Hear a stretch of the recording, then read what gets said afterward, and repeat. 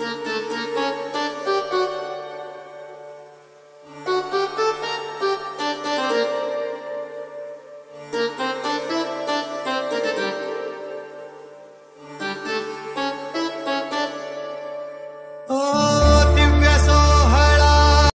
हर महादेव। तर आज आपण अशा एका पवित्र ठिकाणी आलेलो आहोत, श्री क्षेत्र राघवेश्वर देवस्थान कुंभारी या ठिकाणी महादेवांचं अतिशय भव्य दिव्य अशा निसर्गरम्य वातावरणामध्ये या ठिकाणी मंदिर आहे। पवित्र मानली जाणारी गोष्ट म्हणजे हे मंदिर गोदावरी दक्षिण नदीच्या तीरावरती आहे। त्यानंतर या पवित्र स्थानी अगस्ती ऋषी, त्यानंतर 19व्या शतकामध्ये सर्वांना भक्तीचं वेड लावणारे राष्ट्रसंत श्री जनार्दन स्वामी मौनगिरी महाराज सुद्धा या ठिकाणी अनेक काळ वास्तव्यात होते आणि इथे येऊन पण गेलेले आहेत। तर याविषयी आपण अधिक जी माहिती आहे ती येथील काही देवस्थानचे भक्तगण आहेत, तर त्यांच्याकडनं आपण याविषयी अधिक जी माहिती आहे ती आपण त्यांच्याकडनं घेऊया। तर या राघवेश्वर देवस्थानचं अतिशय पवित्र मानली जाणारी म्हणजे जवळजवळ हजारो महादेवांच्या पिंडीमधनं अशी एखादी पिंड असते। ही जी मूर्ती आहे, जी महादेवाची ही जी पिंड आहे ती स्वयंभू प्रकट झालेली आहे। त्यानंतर या राघवेश्वर देवस्थानची जी महादेवाची जी पिंड आहे तिचा जो प्रवाह जो आहे तो उत्तराभिमुख आहे।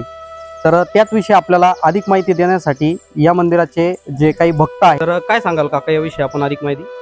तुला असं सांगता येईल की श्री काशी खंडामध्ये या मंदिराचा उल्लेख आलेला आहे। ज्यावेळेला अगस्ती महामुनी काशीहून निघाले, विंध्यागिरी पर्वताला शमवण्याकरता, त्याचा राग कमी करण्याकरता अगस्ती मुनी काशीहून निघाले आणि तेव्हा ते फिरत फिरत या गोदावरी नदीच्या कठीणीपर्यंत आले। तिथं आल्यानंतर त्यांनी समोर ते पाहिलं आणि त्या ठिकाणी त्यांना काशी वियोग झाला। आपण काशीतून बाहेर निघाल्यामुळे त्यांना त्याच्याबद्दल सारखा वियोग वाटत होता। पण त्यांनी हे ज्यावेळेला त्याला जे दंडकारण्य होतं आणि त्यांनी इथं पाहिलं की इथं ही दक्षिणाभिमुख वाहणारी नदी म्हणजे फक्त अशी काशीला नदी वाहते, दक्षिणभिमुख वाहणारी फक्त नदी असेल ती काशी आणि कुंभारीमध्येची, बरोबर असं पवित्र स्थान त्या अगस्ती महामुनीने शोधलं आणि या ठिकाणी त्यांनी या मंदिराची स्थापना केली। आणि त्याचा जीर्णोद्धार रघुराजा म्हणजे रामाच्या आजोबांनी त्यांच्या काळामध्ये याचा जीर्णोद्धार त्यांनी केलेला आहे। आणि हे जसं आपण 12 ज्योतिर्लिंग म्हणतो, आपण जर 12 ज्योतिर्लिंग पाहिले तर प्रत्येक लिंग असं आहे की ते जमिनीच्या खाली म्हणजे जमिनीच्या लेवलला, आणि जे आपण जे नवीन जे बसवतो ते उंच असतात बघा, बरोबर। जे आपण जे स्थापित करतो ते लिंग जमिनीच्या उंची म्हणजे जमिनीपेक्षा उंच असतात। आणि स्वयंभू हे लिंग जर आपण पाहिलं तर 12 ज्योतिर्लिंग तुम्ही अभ्यास करा, प्रत्येक लिंग या ज्योतिर्लिंगासारखंच, बरोबर। म्हणजे हे लिंग अगदी ज्योतिर्लिंगाला उपयुक्त तसंच ती प्रतिकृती या लिंगाची या ठिकाणी आहे। म्हणून या लिंगाला या ठिकाणी फार विशेष असं महत्व आहे। आणि म्हणून काशीच्या अगस्ती महामुनींना विरोध होण्याकरता त्यांच्या लक्षात आलं की इतकी सुंदर पवित्र जागा काशी तिथं जिथं आहे तेवढं पावित्र्य या जागेत या भूमीचं आहे। म्हणून अगस्ती महामुनींनी इथं त्या प्रति काशी निर्माण करण्याची त्यांची इथे इच्छा होती। पण त्यांनी असं विचार केला जर आपण प्रति काशी निर्माण केली तर पुन्हा शंकराचं महत्व कमी होईल, म्हणून त्याकरता त्यांनी काशी म्हणजे त्याचं फक्त लिंग स्थापन केलं। काशी विश्वनाथ मंदिरात जशी प्रतिकृती आधी तशीच प्रतिकृती ह्या मंदिराची आहे। आणि ह्या मंदिराचा प्रवेशद्वार उत्तराभिमुख आहे। तर पाहिलं पिंडीजवळ जर आपण बसलो तर दक्षिण दिशेला अगस्ती महामुनींचं समाधी आहे। इथून जर पाहिलं तर कम्पेअर तिथपर्यंत आपल्याला ते डोंगर अगस्ती माऊंचा दिसतो। म्हणजे अगस्ती महामुनी तिथं गेले, त्यांनी विचार केला की मला दररोज भगवान काशीवर दर्शन झालं पाहिजे, या उद्देशाने त्यांनी त्या समोर उत्तरेकडे त्या प्रवेशद्वार केलेले आणि तिथून दररोज अगस्ती महामुनी या लिंगाचं दर्शन घेतात। एवढं या लिंगाचं महत्व आहे। आणि इथं असं पाहिलं एक विशेष असं आहे की या ज्या पिंडीचं जे उत्तराभिमुख आहे, सकाळी दिवस उगवला म्हणजे सूर्य उगवल्याबरोबर पहिला जो किरण आहे तो पिंडीवरती येतो। याच्यावर बऱ्याचशा शास्त्रकारांनी, मला वाटतं बाबासाहेब पुरंदरे सुद्धा या ठिकाणी येऊन गेले, त्यांनी पुष्कळवाला शोध केला पण त्यांना असं काही सापडलं नाही। पण आजही जर आपण आलो, सकाळी दिवस उगवायच्या वेळेला जर आपण आलो तर हे सूर्यकिरण ही पिंडीवर येतं। तर पश्चिम बाजूने पण एक असं छिद्र आहे आणि तिथून पण संध्याकाळी मावळ तिचा तो सूर्यकिरण तो पण पिंडीवर येतो। हे वैशिष्ट्य फार मोठं आहे। जाता आणि सूर्य उगवता आणि असताना जाताना सुद्धा शेवटी या लिंगावरती भेट देऊन जातो। एवढं पावित्र्य, एवढं महत्व या लिंगाचं आहे।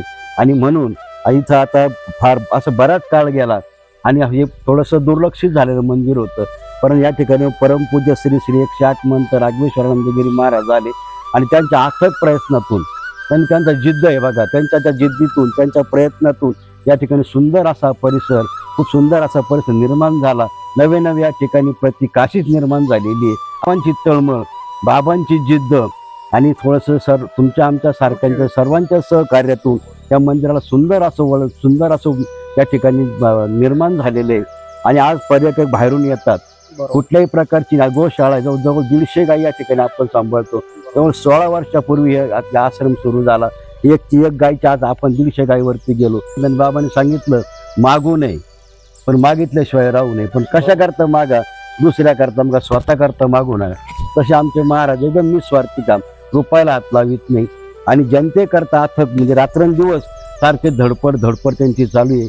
हे चंद्र सूर्य आहेपर्यंत चाललं पाहिजे, हे सारखं वाढलं पाहिजे. आपल्या धर्माचा कुठेतरी धर्म वाढला पाहिजे, हिंदू धर्म जागृत जिवंत राहायला पाहिजे.